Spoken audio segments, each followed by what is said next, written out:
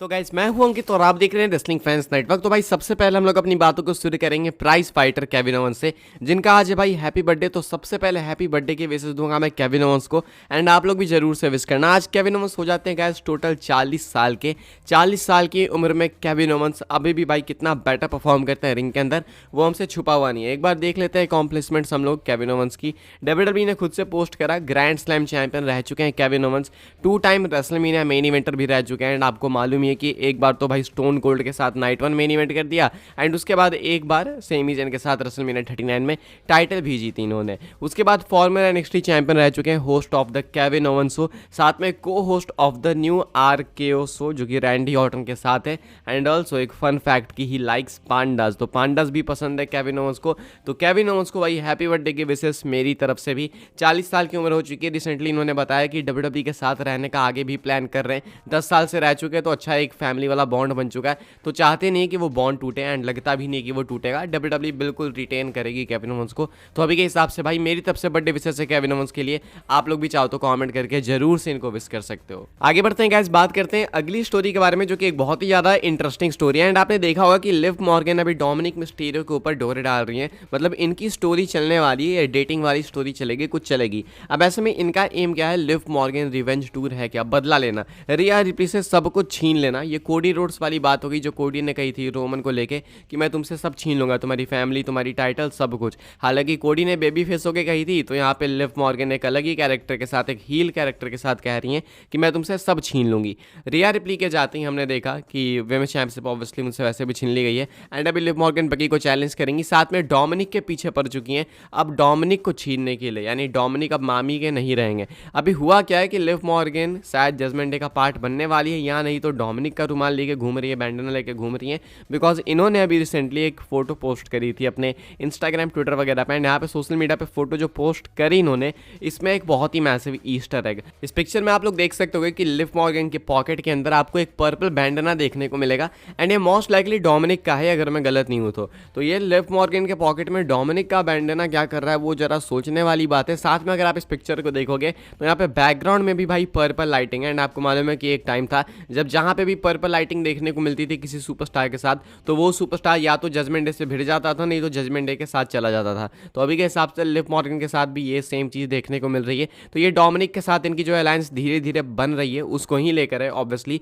And इनकी love story आगे चलने वाली है। तो जब मामी वापस आएंगी यानी कि रिया रिप्ली, तो चीज़ें बहुत ही ज़्यादा इंटरेस्टिंग होने वाली है, यानी कि एक फूल दो माली वाला सीन होगा। अब देखना होगा कि लिव मॉर्गन रिवेंज टूर कितना सक्सेसफुल होता है रिया रिप्ली से रिवेंज लेने में, या फिर डोमिनिक भाई लॉयल रहते हैं। आगे बढ़ते हैं गाइस, बात करते हैं अगली स्टोरी के बारे में, जो कि CM Punk and Drew McIntyre की स्टोरी को लेके, इनकी स्टोरी लाइन को लेके। अब देखो भाई अनडाउटली ये डब्ल्यूडब्ल्यूई की बेस्ट स्टोरी लाइन्स में से करेंटली एक है। अगर मुझसे कोई बोलेगा कि बेस्ट स्टोरीज बताओ, तो एक तो ब्लड लाइन वाली स्टोरी में टॉप पे रखूंगा, उसके बाद मैं रखूंगा सीएम पंक ड्रू मैकिंटायर वाली, एंड देन शायद मैं रखूंगा लिव मॉर्गन वाली स्टोरी। तो स्टोरी तो बहुत कमाल की है। अब ऐसे में भाई सीएम पंक ड्रू मैकिंटायर के प्रोमोज भी काफ़ी अच्छे हैं, लेकिन एक चीज़ है जो कि कहीं ना कहीं भाई दिक्कत बन रही है, और वो ये है कि ये आमने सामने आ नहीं पा रहे ढंग से। हालांकि इसमें दिक्कत ये है ना कि इनकी इंजरी है, इनकी गलती भी नहीं है, दोनों इंजर्ड है। ड्रू मैकिंटायर को तो भाई king and queen of the ring से पुल आउट कर लिया गया, आपने देखा टूर्नामेंट से इनको निकाल दिया गया बिकॉज इंजर्ड है, हाइपर एक्सटेंडेड एल्बो बताया गया था,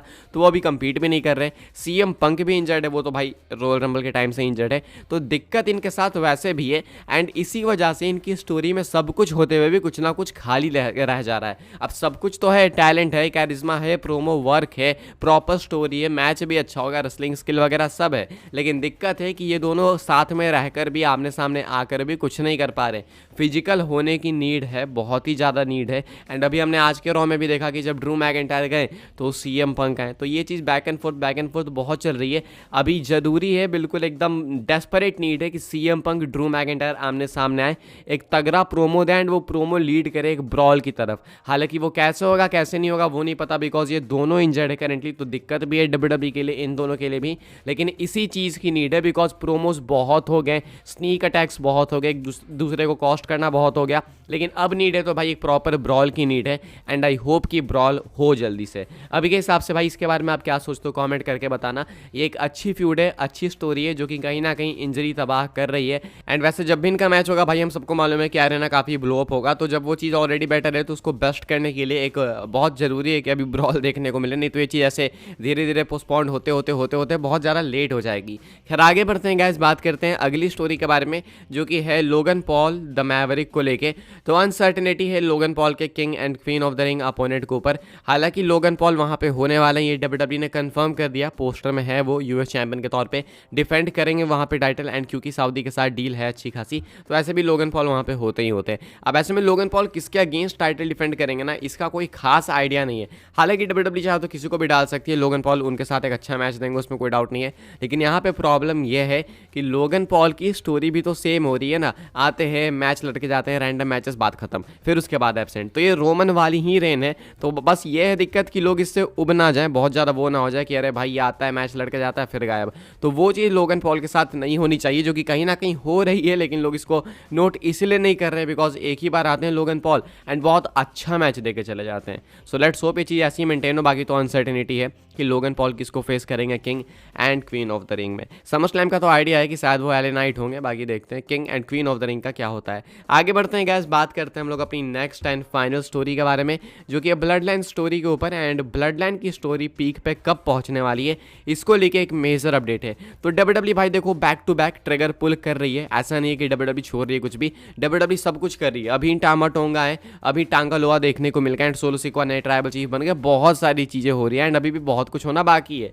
अब ऐसे में डब्ल्यूडब्ल्यू जल्दी जल्दी ट्रिगर पुल करेगी समर स्लैम तक, यानी कि अगर जेकब फाटू को ज्वाइन करना है सोलो की फैक्शन को, तो वो भी जल्दी ही आएंगे, क्योंकि जो मेन पीक स्टोरी है ब्लड लाइन की वो समर स्लैम से या फिर से समर स्लैम के बाद उसके बाद से चालू होगी। समर स्लैम से इसीलिए बिकॉज भाई उसके बाद हम लोग एक अलग सेशन में पहुंचते हैं डब्ल्यूडब्ल्यू के, लाइक फर्स्ट सेशन चल रहा है डब्ल्यूडब्ल्यू का, रेसलमेनिया के बाद फर्स्ट सेशन होता है, उसके बाद धीरे धीरे सर्वाइवर सीरीज तक सेकंड, उसके बाद सर्वाइवर सीरीज से रोयल रंबल थर्ड एंड उसके बाद फोर्थ सेशन। तो सेकंड सेशन की तरफ जब हम लोग आगे बढ़ेंगे तो ब्लड लाइन वाली स्टोरी पीक की तरफ जाएगी एंड तब होगा रिटेलिएशन, यानी कि एटलीस्ट समर स्लैम तक तो ये सोलो वाली ब्लड लाइन डोमिनेट करेगी, तबाही मचाएगी स्मैकडाउन पे, एंड ब्लड लाइन को आपको मालूम है कि फैमिली को तबाह कर देगी एक तरीके से।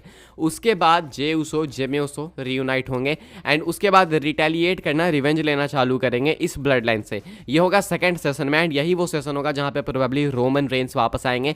देन हम लोग आगे बढ़ेंगे वॉर गेम्स की तरफ, जहां पे मैच होगा blood line versus blood line, यानी OG blood line versus new blood line. And then हम लोग बढ़ेंगे थर्ड सेशन की तरफ, जहां पे प्रोबेबली रॉक वापस आएंगे अगर रॉक समर स्लैम में नहीं आते हैं तो। एंड उसके बाद देन यू नो कि चौथा जो राउंड होगा फोर्थ सेशन वो होगा रेसलमेनिया वाला, एंड वहां पे सारी चीजें कंक्लूड होगी। तो ब्लड लाइन सिविल वॉर वगैरह मेनली आपको देखने को मिलेगा समर स्लैम के बाद, बिकॉज तब इधर से भी ब्लड लाइन हावी होगी, तो जब दोनों तरफ से एक्शन होगा तब वो आप समझो कि हाँ भाई अब सिविल वॉर स्टार्ट हो चुका है। अभी के हिसाब से गाइस फिलहाल इस वीडियो के लिए बस यही कुछ अपडेट्स थी। आई होप सो आपको इन्फॉर्मेशन मिली हो तो वीडियो को लाइक करें, शेयर करें, सब्सक्राइब करें चैनल को, ताकि आने वाले टाइम के अंदर आपको और भी ऐसी डब्ल्यूडब्ल्यू की न्यूज़ रूमर अपडेट सब कुछ टाइम टू टाइम सबसे पहले मिलते रहे। फॉलो कर सकते हैं आप लोग मुझे इंस्टाग्राम एंड ट्विटर पर, लिंक आपको मिल जाएगी डिस्क्रिप्शन में। ज्वाइन कर सकते हैं व्हाट्सएप चैनल को, उसके भी लिंक है डिस्क्रिप्शन में। मिलते हैं अपनी नेक्स्ट ऑफर काफ़ी इंटरेस्टिंग वीडियो में।